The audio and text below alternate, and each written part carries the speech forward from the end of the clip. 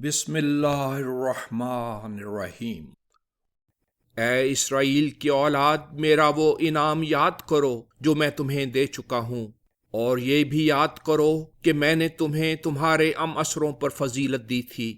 اور اس دن کی مصیبت سے اپنا بچاؤ کر لو جب کوئی شخص کسی کے کچھ بھی کام نہ آئے گا، اور نہ اس سے کسی قسم کا معاوضہ لیا جائے گا، اور نہ کسی کی سفارش سنی جائے گی، اور نہ انہیں مدد ہی دی جائے گی۔ اور اس وقت کا تصور کرو جب ہم نے تمہیں فرعونیوں سے بچا لیا تھا، وہ تمہیں بدترین دکھ دے رہے تھے، تمہارے بیٹوں کو تو ہلاک کرتے چلے جاتے تھے، اور تمہاری عورتوں کو زندہ رہنے دیتے اور بے حیا بناتے تھے، اور اس نجات میں تمہارے رب کی طرف سے ایک بڑا انعام تھا۔ اور جب ہم نے تمہارے لیے سمندر الگ کر دیا، تمہیں بچا لیا، اور جب کہ تم دیکھ رہے تھے فرعونیوں کو غرق کر دیا تھا۔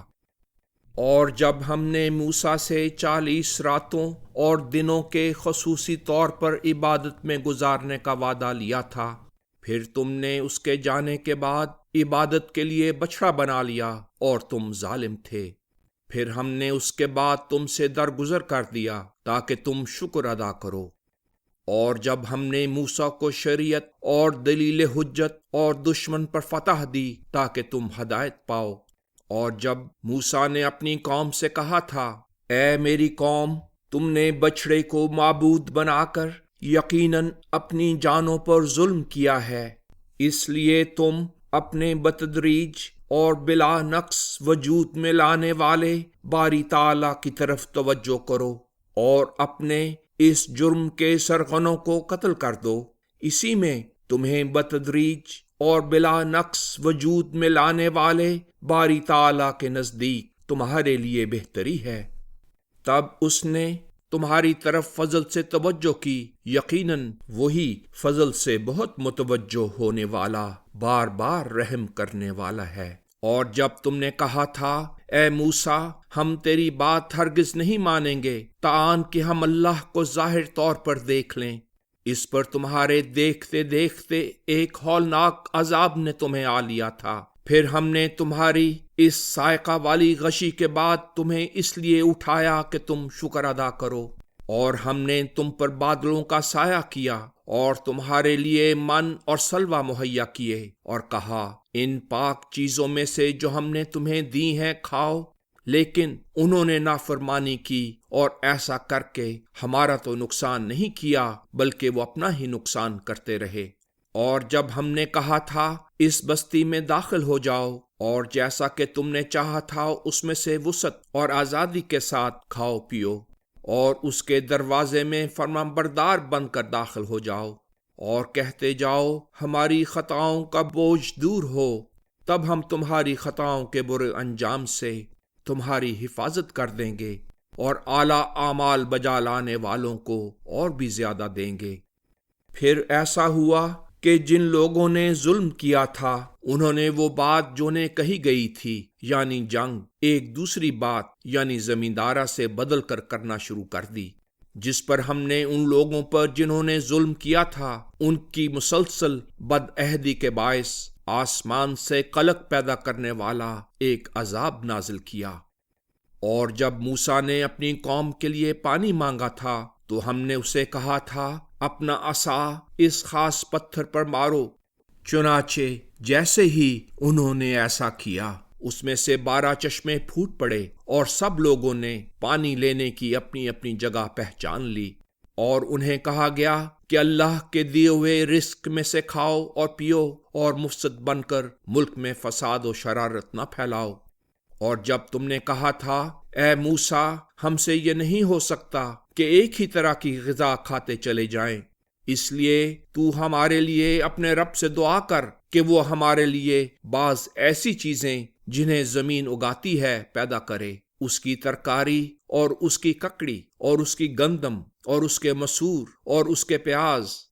اللہ نے کہا، کیا تم اس سے یعنی فرعون کی غلامی سے چھوٹ کر جو اعلیٰ بات ہے، لذت کام و دہن لینا چاہتے ہو، جو ایک ادنا سی چیز ہے؟ اگر ایسا ہی ہے تو کسی شہر میں جا اترو، وہاں تمہارے لیے وہ سب کچھ ضرور مہیا ہوگا جو تم نے مانگا ہے۔ اور پھر ایسا ہوا کہ ان پر ذلت اور بے بسی مسلط کر دی گئی اور وہ الہی ناراضی کا مورد بن گئے۔ یہ اس وجہ سے ہوا کہ وہ اللہ کی باتوں کا انکار کرتے تھے اور نبیوں کو ناحق قتل کرنا چاہتے تھے۔ یہ گناہ ان میں اس لیے پیدا ہوا کہ انہوں نے نافرمانی کی اور وہ حد سے بڑھ گئے تھے۔ جو لوگ زبان سے مدعی ہیں کہ ہم ایمان لائے ہیں، اور جو یہودی ہوئے اور نصارہ اور سابی، جو بھی ان میں سے اللہ پر اور پیچھے آنے والے دن پر سچا ایمان لائے ہیں اور انہوں نے اس کے مناسب کام کیے ہیں، تو ان کے لیے ان کے رب کے پاس ان کا اجر ہے، نہ انہیں کوئی خوف رہے گا اور نہ وہ غمگین ہوں گے۔ اور جب ہم نے تم سے پختہ اقرار لیا تھا اور اس وقت کہ تم دامن کوہ میں طور کی رفتوں کے تلے کھڑے تھے اور طور کی چوٹیوں کو تم پر بلند کیا ہوا تھا، اور کہا تھا جو ہم نے تمہیں دیا ہے اسے مضبوطی سے پکڑو اور جو کچھ اس میں ہے اسے عملاً یاد رکھو تاکہ تم دکھوں سے بچے رہو۔ پھر اس کے بعد تم اپنے عہد سے پھر گئے، اور اگر تم پر اللہ کا فضل اور اس کا رحم نہ ہوتا تو تم ضرور نقصان اٹھانے والوں میں سے ہو جاتے۔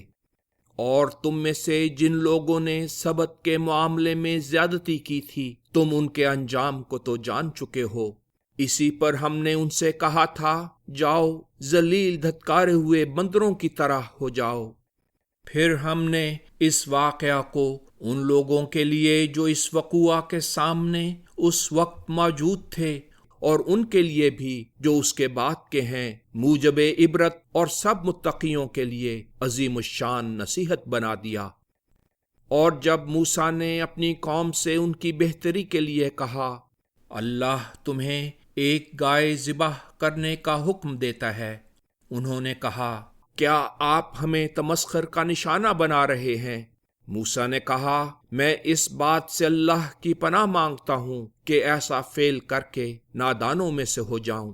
انہوں نے کہا اپنے رب سے ہمارے لیے دعا کیجئے کہ وہ ہمیں کھول کر بتائے کہ وہ گائے کیسی ہے۔ موسیٰ نے کہا وہ فرماتا ہے وہ ایسی گائے ہے کہ نہ تو بڑھیا ہے اور نہ بچیا، اس کے درمیان پوری جوان ہے، اس لیے جو حکم تمہیں دیا گیا ہے اسے بجا لاؤ۔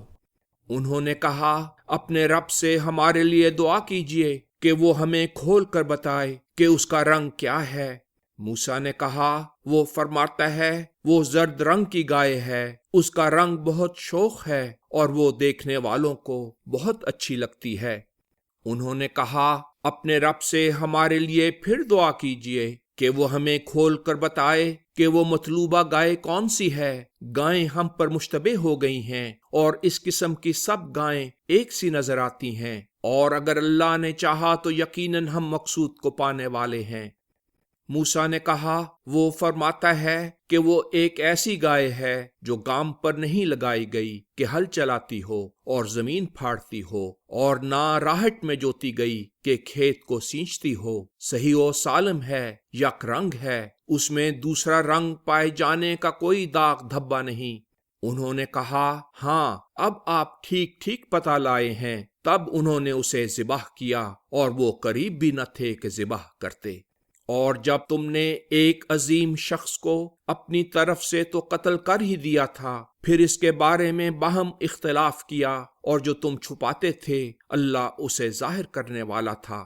سو ہم نے کہا اسے اس کے باز سے مارو، یعنی فعل قتل پوری طرح وارد نہ ہونے دو۔ اللہ اسی طرح مردے زندہ کیا کرتا ہے اور تمہیں اپنے نشان دکھاتا رہتا ہے تاکہ تم برائیوں سے رک جاؤ۔ اس کے بعد پھر تمہارے دل سخت ہو گئے